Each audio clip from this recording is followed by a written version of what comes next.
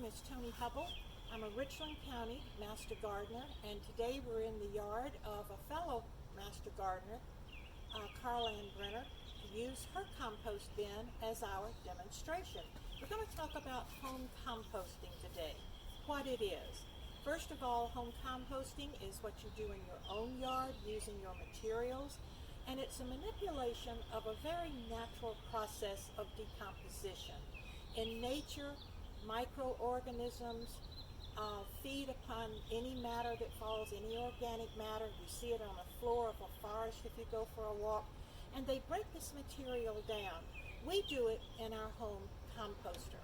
Now, composting is not that difficult, and we have to remember that this is something that is in, anybody can compost, frankly. You just have to have a little bit of space and know what materials to put in.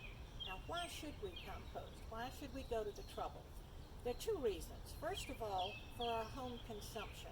I love having my homemade compost. I don't have to buy it from a big box store. I can amend my soil. I can use it as a top dressing.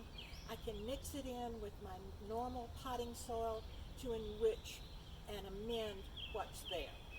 Now, the second reason is probably, though, more important. Why should we compost? And frankly, that's to help the environment. Too much material that could be used in a composter goes into a landfill. And you may not realize this, but organic matters, the greens, the vegetables, they're buried deep in a landfill. No oxygen gets to them, and they produce one of the greenhouse gases, methane. And it's very detrimental to the environment. So if we can keep this material, which we have in our kitchens and in our yard, out of the landfill, we are much better for it. All right, we've talked about what composting is. We've talked about why we should compost. Now let's get started and talk about how we compost. If you want to start with a clean slate, as we might say, you start with your composter. Don't make it too big or too small. This is the ideal size here. So you start with, you can see what we've got here as soon as I pick them up. We have 2 buckets of dried leaves. This is a wonderful source of what you compost.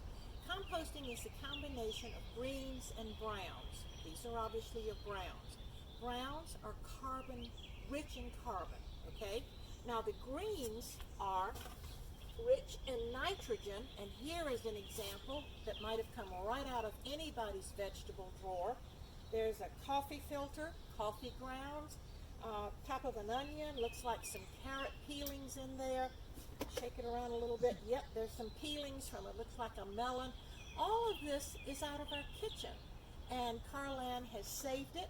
She has brought it out here and put it in the bucket. Now, what is the ratio of carbon to nitrogen? 2 to 1 is a very workable ratio. And the best way to envision that, I think, 2 buckets of leaves to 1 bucket, comparable bucket of the green matter. So you start with your leaves, put your leaves down, then empty the green matter on top of it, a few more leaves, begin to stir it, and you keep adding to it day by day or week by week. If you add, you are aerating it when you stir it or turn it. If it gets too dry, we haven't had rain for a while, check it, just put your hand in there and feel it. If it's too dry, then add some moisture. And just keep doing that and keep stirring it, and before too long, you will have your finished compost. So we've talked about what it is, why we compost, and how to compost. Now, you see the things to put in your composter. Let's talk for 1 second about what not to put in a composter. Never compost meat products or bones, no cheeses, no salad dressings, no oils. Never put in any pet waste. Even if your litter box is using some sort of organic litter, do not incorporate that. No pet waste at all in. But besides that, you can put in, you can use for your browns, not just the dried leaves. Paper products can be shredded. You can use dryer lint, believe it or not, and you will have a one that you can use lots of things. One of the resources that I do want to point out that you will read at the end of this tape is a Clemson University resource. If you simply Google or type in home composting and put the word Clemson after it so you know that your facts are right, you will get a list of what can be composted, what not to do. So I hope all of you will take this, and remember, in Earth Day, you're doing something very good for the environment. Thanks.